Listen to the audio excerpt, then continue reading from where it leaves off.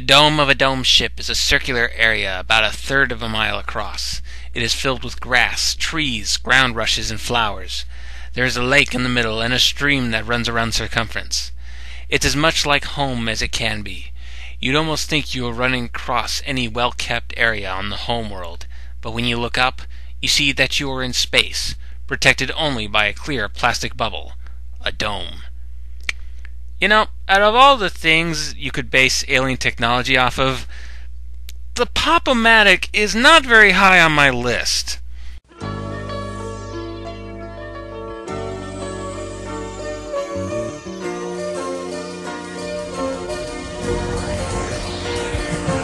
I opened the book, you know, I didn't know what I was gonna find. I saw the flashing light just coming down. Oh, what a beautiful sight. Then I was flying, oh, super book, well, I was afraid to look. Super book, oh, super book.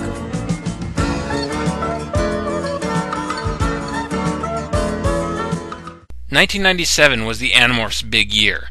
The series went from an every other month schedule into a monthly series.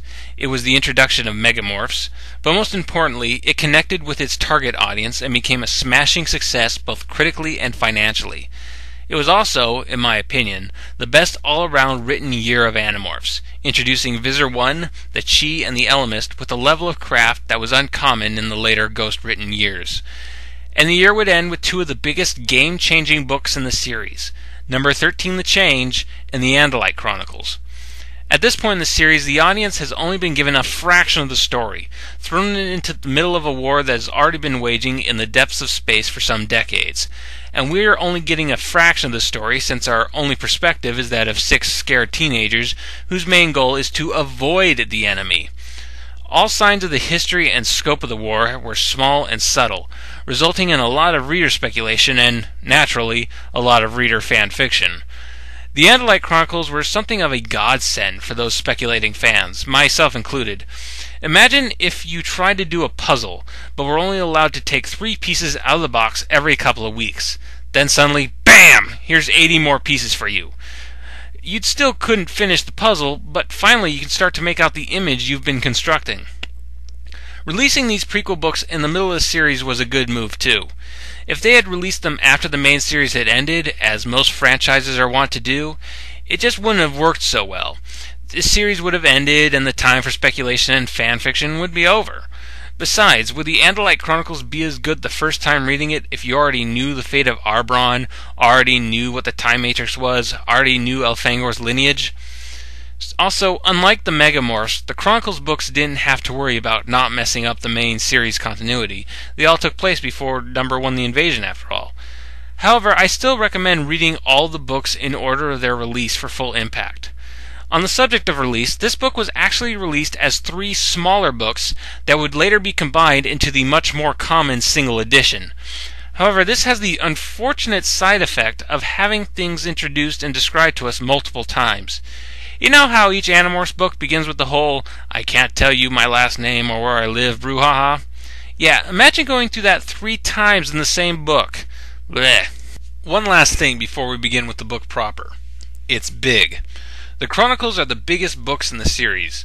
For a visual example, here's a regular Animorphs book. Here's a Megamorphs. And here's the Andalite Chronicles. See? Huge. Oh, and for effect, here's the complete Calvin and Hobbes. Since there's a lot of stuff to talk about here, both in terms of quantity and context, this is going to be a much longer opinionated book guide than usual. A mega review, if you will. So let's crack into this sucker. Before the Animorphs, there was Elfangor.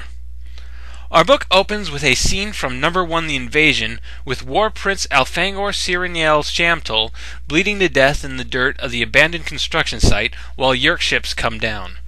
He mentally connects with his ship's computer and begins recording his final thoughts, his Hyrek Delist. What follows is more or less Elfangor's life flashing before his eyes. We've known very little about Elfangor before this point, but the Andalite had become something of a great myth for both the characters and the readers. He was a giant, a legend of a faraway war. So what better way to begin the legend than with a young Elfangor doing badly at a tail-blading fighting lesson? Epic. This would be like a John F. Kennedy biopic starting with Kennedy failing an algebra test. It's 21 years before the events of number 1, The Invasion, and Elfangor is a cadet, an Aerith, serving on the dome ship Star Sword, because swords are obviously invented by a species that grow scimitars out of their asses and rarely use their arms for anything. The war between the Yeerks and the Andalites are already well underway, the Yeerks having already conquered the Hork-Bajir and the Taxons. Elfangor is very green and very eager to join the fight, truly believing that he can make a difference. I, Elfangor, was going to become a great warrior, a prince, a hero. Remember this point for later. The only other Aerith on the ship is named Arbron, who's not as high-strung and is more flippant than Elfangor. They don't get along very well, but suddenly find themselves working together when they are both suddenly called to the battle bridge. This leaves them utterly starstruck. The battle bridge? Only the best of the best get to be on the battle bridge! Well, it turns out that a Skritna ship has just left some insignificant blue and green planet, and since the Skritna have traded with the Yeerks, it's Andalite policy to pull them over and check their cargo. It's basically the Andalite equivalent of being a racist traffic cop that only pulls over Mexicans, and it's simple enough for the rookies to break their teeth on. So Elfangor and Arbron pile into an older, less functional Andalite fighter, the Volkswagen bus to the rest of the fleet's Hummers, and give chase, with Elfangor at the helm and Arbron at the weapons. However, it turns out that there are actually 2 Skritna ships leaving the planet, and while the Andalites manage to disable the engines of one of them, the other one manages to escape. So Elfangor and Arbron dock with the Skritna ship and come aboard. The Skritna are a scavenger species with 2 forms, the giant cockroach-like Skrits that later go through metamorphosis and becomes the grey, langy humanoids known as Na. The joke here is that the Skritna are the prototypical men from Mars that fuel the Roswell UFO cults. The Skritna go down to planets, steal some technology, artifacts, and living specimens, and sell them off to third-rate science organizations, militaries, and zoos. As far as threats go, their danger level is never beyond mild pest, proven when Elfangor and Arbron board the ship and find that the Skritna are being held by laser gun point by a teenage girl named Lauren. For someone who had just been abducted and has had her worldview shattered by being introduced to multiple alien races, she sure is handling it like a trooper, even making sarcastic comments. Lauren comes off as a kind of a mix between Rachel and Marco, with Rachel's outward confidence and Marco's loud mouth. There's a second human on board, an unconscious young man. The Andalites write the Skritna a traffic ticket and bring the humans on board their ship. The boy wakes up, and we come to discover that it's none other than a young Chapman. I'm going to have a lot to say about Chapman in this review. Right now, let's talk about a little something I like to call Star Wars Extended Universism. You see, when Star Wars began to expand its universe outside of the films through paperback novels and occasionally comic books, video games, playing card descriptions, and tabletop role-playing games, it was quickly realized that there's only so much mileage you can get out of the main characters. So many of the novels turned towards more and more obscure members of the supporting cast, and somehow managed to create epic stories for all of them. It's gotten to the point where just about every single thing that has ever been in a frame of a Star Wars film is just as important as the Imperial Rebel Alliance conflict as Luke Skywalker, Han Solo, and Darth Vader.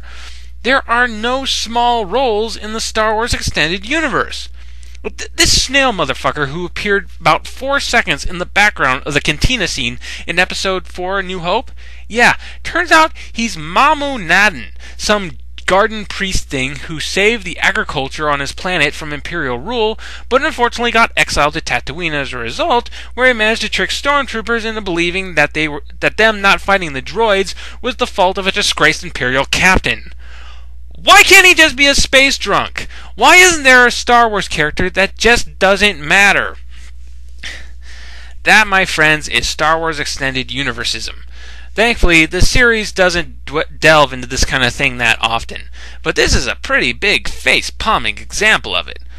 Why can't Chapman just be a minor character that isn't all that important? The only reason we see so much of him is because the Animorphs go to his school. There's no reason for this insignificant character to suddenly become a main player in the decades-long war between the Andalites and the Yeerks. There's nothing he does in this book that couldn't be done by a completely new character. Or, hell, with just some minor plot tweaks, you could have it just be Lauren and end up with the same results. And really, this is the least of our Chapman problems. But we'll get to those when we get to those.